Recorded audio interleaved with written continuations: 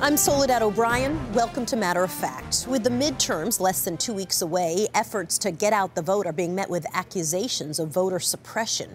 From purging voter rolls to reducing the number of polling places to requiring photo IDs, several states like Alabama, Tennessee, and Ohio are making it harder to vote.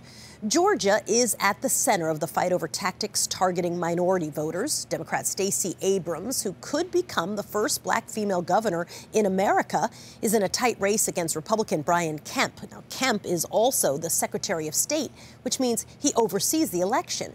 His office has been accused of rejecting more than 50,000 absentee ballot requests, nearly 70% of those from black voters. Many groups are on the ground in Georgia and other states, all trying to make sure that all eligible voters are able to cast a ballot come November 6th. Arisha Hatch is with Color of Change.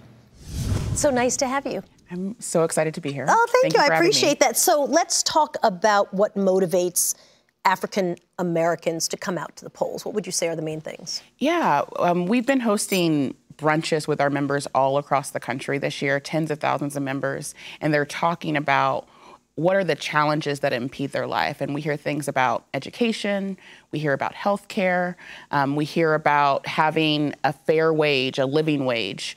These are the things that black folks are talking about, in addition to some of the criminal justice issues that have been at the forefront with the police violence conversations. There have been tremendous gains in turnout for black women. They're really leading the way in a lot of ways. Why is that? I think we come from a history in which voting mattered, in which we saw our relatives, our family members, our grandparents actually have to sacrifice in order to vote.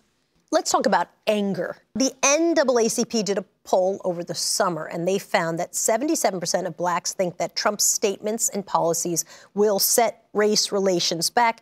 That's compared with 51% of white people who were polled.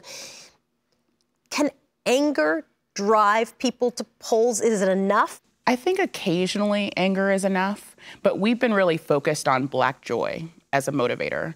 Oftentimes we'll have candidates come in who don't always speak to our values or don't always reflect our families, but we've been really trying to center black joy as the vision. This is where we want to head, and black joy might mean a lot of different things for different people, but for most I've never heard anybody in up to the midterms talk about black joy. What do you mean? Well, for me, black joy is the feeling that my family has when they feel like anything is possible. When they feel like they get a fair shot in life, when they feel like they're treated equally. So it sounds like you're saying a positive campaign as opposed to, we're so furious, we're going to run to the polls. Do you think you'll ever be able to get the voter participation that existed for African Americans under Obama? I'm a pessimist in most things, but I'm an optimist in terms of black voter participation.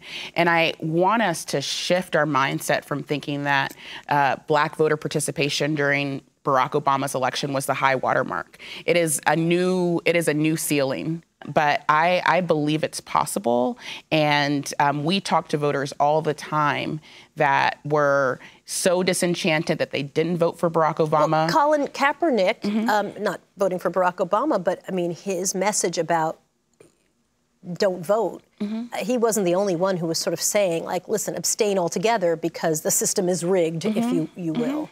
That's a problematic message, but I can't even say I understand it because I think it's I guess I'm just never going to tell anybody not to vote, ever. Yeah, I think it reflects a lot of people in this country, not just black people, who feel really disenchanted by politics.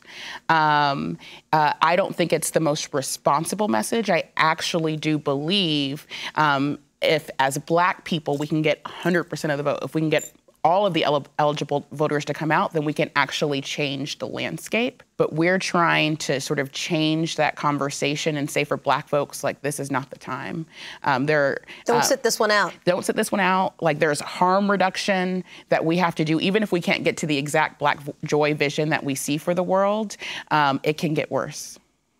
I know you said you're a pessimist. I'm actually an optimist, believe it or not, and pretty consistently an optimist. What are your thoughts on where the midterms will go in terms of African-American participation? One of the few things that I'm an optimist about is just the power and the resilience of Black people. And so I am hopeful for and expecting to see not only a blue wave, but also a Black wave in this upcoming cycle because there's so much at stake. There's so much at stake. We'll see, won't we? Arisha Hatch from Color of Change. So nice to have you. Thank you for having me. My pleasure.